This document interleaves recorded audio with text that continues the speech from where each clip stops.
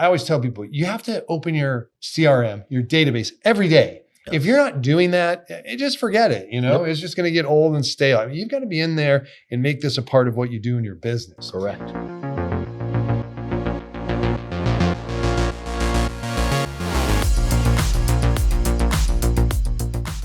I know you're an avid Inman reader. You keep Yes, up on very much what's so. going on with Inman. And every now and then we find some articles on there. Well, every now and then I find articles on there that I find interesting. You're a little bit more in tune with what's going on there, so you probably find them more often than I. Maybe. All right. Well, you came across one that you wanted to talk about. Yes. And Jimmy Burgess, Okay. prolific content provider to Inman, had a recent article.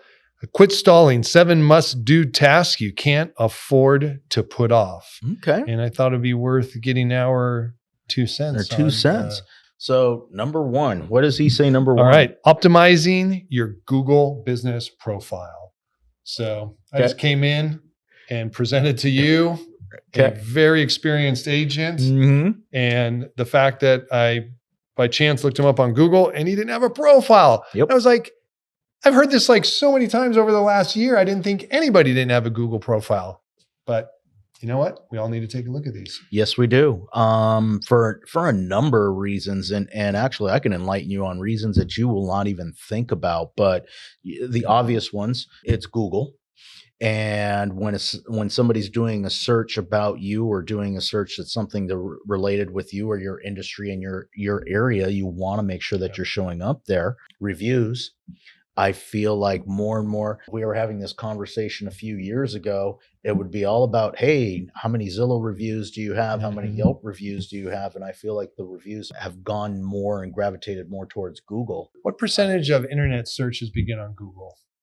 Let's take a guess. 90 some odd percent. I would guess the same. Yeah. That's why you need a business profile on Google, because if you have one and someone searches for you, more than likely you're going to show up. That is true. Here's what's interesting. We were talking earlier. I was having a conversation earlier about adapting and changing and things like that. I think the number is 90 something percent. And this doesn't, what I'm about to say doesn't mean that you should be steering away from this. But with AI going on right now, I have a feeling that number is going to start to go down very rapidly. And people are going to start gravitating towards those AI sites and things like that as far as starting their searches there. Mm-hmm. So I think that that's going to become a little bit interesting. And I'll be interested to see what Google does with that. For another conversation. Absolutely. I want to highlight something else. So reviews, first of all, the magic number online is 50. You want to get to at least 50 reviews before the community or the area considers you creditable. So I would say make sure you're working on that. And one of the other things that I pointed out with the marketing department, I was showing them a Google page, and one of the things that's most overlooked, post on your Google photos. We can post on there. We can do photos. We can put updates on there. You should be, from your Google business page, posting and commenting and creating reviews within the community. Okay, so Travis has a Google business page. Travis Barron has a Google business page, and you go visit a local store. Yeah. You take a picture of that local store and you post a review of your experience that was there. Hey, I think they did a fabulous job and they're 5 stars. And then when you get done, it says, hey, can I upload a photo here? And you upload that photo of the front of that building. Their Google profile. To their Google profile. Yes, you've spoken about this before, and it seems extremely powerful to me. So what happens is when everybody looks at that, right up in the top right-hand corner, well, it depends on what device it is, it'll say Travis Barron.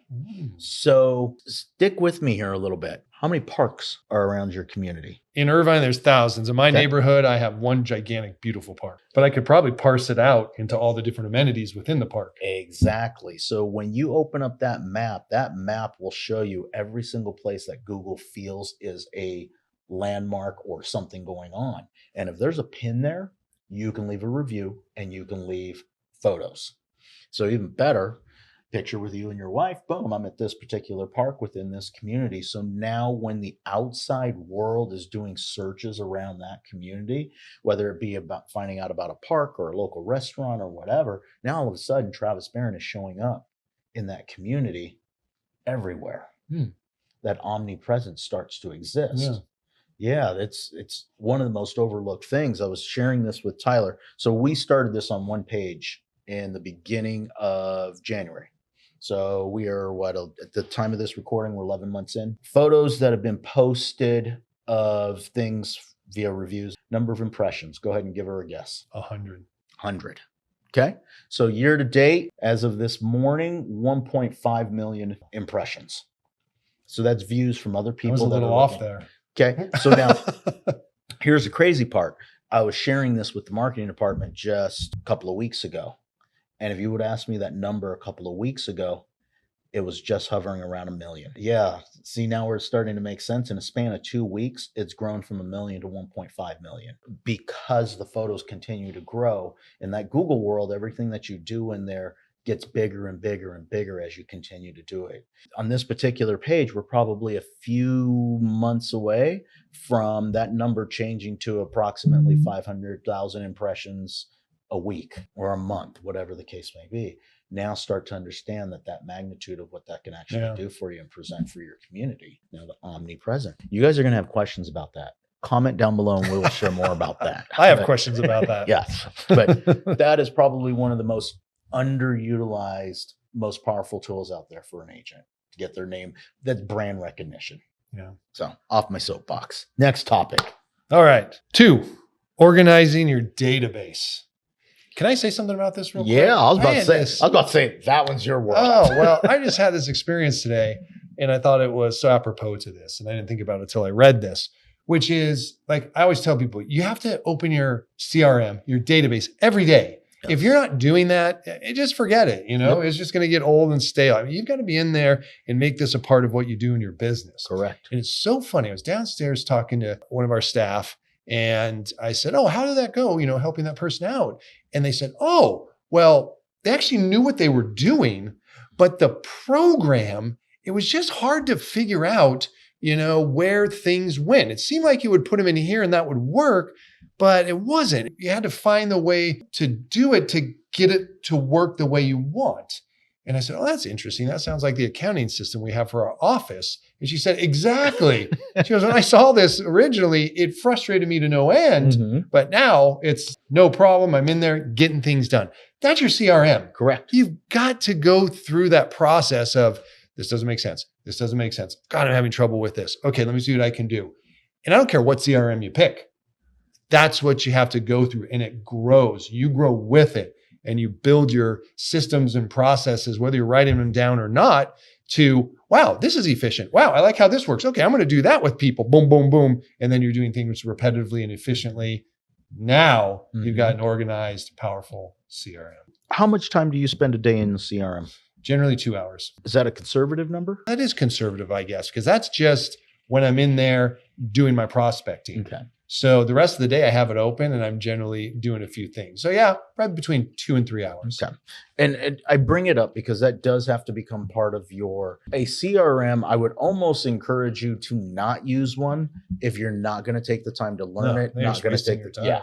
I think all you're doing at that point is creating a time suck. You're pretending almost to, yes, I have a CRM. Yes, I'm in there. But if you're not at least putting in an hour to an hour and a half a day into that CRM, I think that it's a lost cause for you. Yep. Regardless of what CRM you pick, if you're not putting the time in to actually learn that thing and how it functions and how it works, because they are all different, they all have their quirks. But if you haven't figured that out, then you're going to spend most of your time just being frustrated.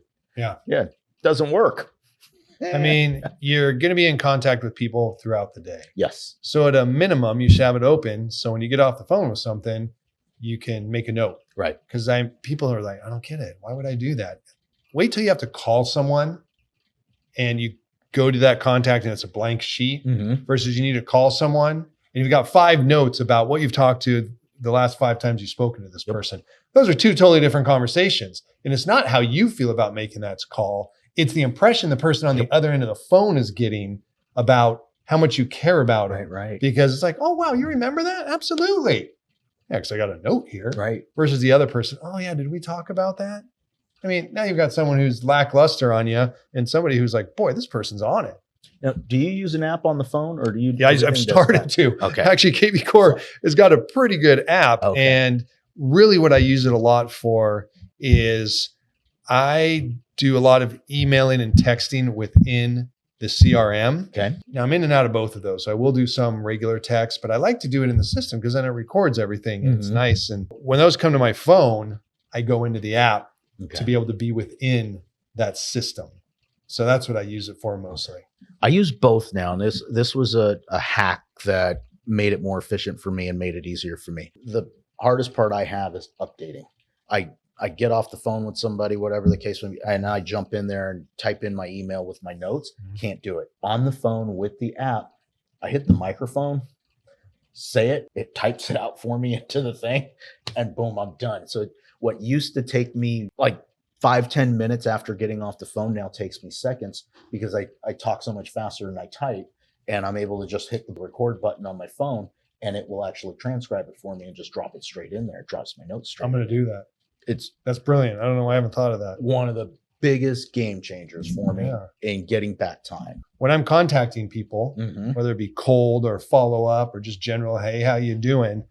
I'm in the MLS. Right. I'm in my CRM. I'm in Evernote. Mhm. So I'm hopping between these three, Right. because they all serve a purpose when I'm doing this type of stuff. Yep. So, boy, it gets a little cumbersome. I love But you know what? voice It's to worth it. text. When I go It is. back, I'm like, look at all this information I have. This is awesome. Love it. All right. So let's go to number 3. Number 3, distributing a weekly newsletter to your database. Here's how I look at things. If you're bringing value, they won't turn you off. Here's what happens at least. They'll just ignore it. Email update from Travis. I don't have time to deal with it, so I'm not going to do anything with it. Either It's- trash it or just let it slowly go off the bottom. down. Correct. And then you see another one. In this particular moment, I might have time and I open it up and now I've got something. Kind of depends on what it is. I'm not a big firm believer of those mass emails of, hey, just listed or just sold. I'm more of a, if you've got properties that they're buried within the contents of that newsletter, but people want to know what's going on. People want to hear from you. People want updates. And if you get creative with the newsletters, at least once a week. I think part of the problem with the newsletters is people don't make them personal enough. Now that you're saying these things, that makes a lot of sense. If you're truly in the business, you're active Mm-hmm. and you've got information to convey. Correct. Once a week, I think is fantastic. Yeah. A Thursday or a Friday right Mhm. before the weekend, especially if you're doing open houses and things. Here's another hack in the email newsletter thing. Too often, I think in our industry, when I see email newsletters going out, it is too much. It's either you bought somebody's boilerplate thing and you're just throwing your name on it and sending it out, or it is too much of boom, boom, boom, boom, boom. And you haven't, the example I'm trying to make is you can repurpose what you've done. My email newsletter, it's got one of my Instagram posts in there, which is linked directly to Instagram. So if you click on it, it's going to divert you off of the email newsletter straight into Instagram, and you might go down that rabbit hole. Super cool. Another one, YouTube video that was made for whatever reason. If you did an update or something behind the scenes at a local community or a local park, or you highlighted a school or something like that, you drop that in as part of your email newsletter, and redirects them back to YouTube. And next thing you know, they're down that rabbit hole. You never know. Too often we get people that My are mind is just spinning Right? with so many possibilities right now. So I don't know what to write. Just go back into your feed. This was a good post. Boom, drop it in there. Little headline on it, attachment. I made a video this week. Boom, drop it in there. You can steal information from what's going on local. Boom, now I just presented value to them because they're all interested in it. Where it's all, I did the homework for them so they didn't have to check all the different news sites. Boom. Here's a recap of what happened. Do your newsletters, people. Okay, number 4, producing video content. Do we ever do that? We should do that sometime. We should. Yeah, that would be nice. That would be nice. I think we're being sarcastic at the moment. You got to have a strategy before Correct. you do it. I saw a great one. I don't even know how I ran into it. Some guy up in Idaho, Mhm. and he has just all these videos on. He's out of Boise. Thinking of relocating to Boise? Mm-hmm. Here's some great reasons why. You did counter to that? Thinking of moving to Boise? Here's a few things you might want to know about Exactly. before you get here. Not necessarily bad or good, just Correct. some information you might want. Yep. Here are the parks. Here are the businesses. Here are the schools. Here are the I mean, it's like endless. I was like, that's fantastic. People are not going to change their mind when they're thinking of moving to a particular place because you wrote you made a video that said, here are 10 bad things about the city of Irvine that I don't like. Every city has things that we don't like. The fact is that you're bringing value to them because you're letting them know your pros and your cons. They appreciate that, and then they trust you. So, heck, if you speak more than one language, one of the agents in the office, she's going to every other agent that has a listing and that doesn't speak the language that she speaks, and she gives them full credit for the listing, and she does a video tour of their property in her language and promotes it out. So now that agent can go to their client and say, look, I'm promoting your property in this language as well as this language, and helping both people win in that situation. So she's taking everybody else's listings and creating content off of it just because she speaks a different language. Fantastic. Get creative, man. Gotta get creative. There's so many things out there we can do. But yes, video. Geographical farming. Yes, do it. It's funny. I was talking to an agent today, and the comment from them was, that's such a commitment. That's such a big thing. My response was, it's such an amazing opportunity. Okay. And what part of this industry isn't a big commitment? Yeah, good point. Yeah, we all got to do something. I just found it just had too many tentacles coming off of it to not take advantage of. Right. So everyone thinks, oh, got to go door to door. Well, I did door to door. I like that actually, but I was meeting people. I was seeing things. I was able to do community events tied into open houses and just all these other opportunities that you find when you're out there. You get belly to belly, you have conversations. I was running late for this meeting. Had a client in our geographic farm call me and say, I need a favor. And I said, what's the favor? And she said, I set an appointment for a termite company to come over and take a look because I had swarm of termites coming through the house, blah, blah, blah. And I can't meet them. I said, no problem. I'll meet them. I meet her at the property. Meet the termite person over there. While I meet the termite person, the neighbor drives home. Hey, Greg, good to see you. Have a 10-minute conversation with Greg. While I'm having a conversation with Greg, the neighbor next door came out and said, oh my God, the food drive. I forgot you guys are doing the food drive. Ran back in, made a whole bunch of bags of food and brought them out to me. Had a 5-minute conversation with them about the food drive. And this termite guy's looking at me and he's all like, who the heck are you? And my point is that that's what a geographic farm does for you, is once you create that presence in there. And I think nowadays, even more so than ever, that I used the word earlier, that omnipresence, that is easier now than ever to be able to create within a local area and being part of that community. Did you record those interactions in your CRM? I have not yet because I just came straight up here and recorded, but I will record those actions in my CRM. The person with the food or that gave me the food will get a thank you note. That will be one of those things that goes out, and then we'll make a note of that. And yes, moving forward. So, yeah. So same note as before, have a plan. Yep. Or don't do it. Exactly. That doesn't mean you have to have your whole farm for the next 5 years, everything you're going to do, social media, this, that. No. It can start with every other week, I'm going to go put these things on people's doors. Right. This group of people, that's what I'm going to do. And that can be the small beginning commitment that you build from. But correct. You got to have some sort of plan. You just got to get out there. Sometimes we just do the activities and the plan starts to create itself. Exactly. All right. We're going to the next one? Yes. All right. Checking in with past clients. Yes. Kind of rolls into CRM if you're handling your CRM properly. But again, meeting with an agent, everyone's like, oh, my SOI, that's everything to me. And it is most important. A lot of times it's just a bunch of names on a piece of paper. And I said, well, are you using a CRM? KB Core? No, those are all, those aren't just random people. Those are people that I know. I'm like, okay, that's great. However, what I see over and over again is we think that we're handling our past clients well. The reality is 20% of our past clients are getting 80% of our attention, and 80% of our past clients are getting 20% of our attention. Yes, that's because there's no plan. Exactly. Yes. Here's you mentioned CRM a lot, and here's one of the things about a CRM. So I can guarantee you right now, what am I doing? Well, you're doing a food drive. I'm doing a food drive. And it's funny, you mentioned CRM, and here's one of the beauties of the CRM, because I didn't have the time. Open my CRM, and I want you to figure out the tag of everybody who I gave them the tag. And here, my third party person, I need you to address all of these envelopes and stamp them and get them ready for me so that I can just sign all these cards and just put them in the mail. That's one of the things that you can't do that if you don't have a CRM in place. You can't just pull out that database no matter whatever you think it looks like. If you don't have a CRM in place, you can't delegate that kind of thing to somebody else, whether it be your teenage child that's looking for some extra money around the holidays, or if you actually have a full-on assistant. Things like that can't be delegated because there is no system in place behind it. Another use for the CRM. Look at you growing up into the CRM and systems. Right? Nice. Travis is I've had to embrace the CRM because yes, this is years in the making.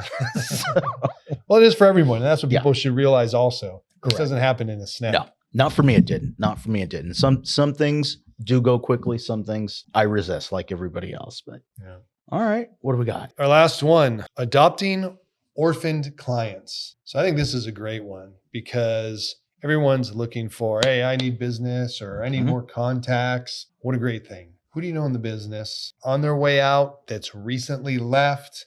Anybody that you can just reach out to and say, hey, do you still have that database of yours? Yep. What are you doing with that? Hey, do you mind if I start working on that? Matter of fact, maybe I'll work with you for a little while, do a little transition, and hey, I'll tell you what, you'll get a spiff on whenever I get out of here, sign an agreement. Absolutely. As to what that'll look like. So you mentioned on the way out. So that's one category. We have agents that are on their way out and they're deciding to retire. And this is a great way to transition. They're able to still make some business and you actually grow your database. I mean, we're in California.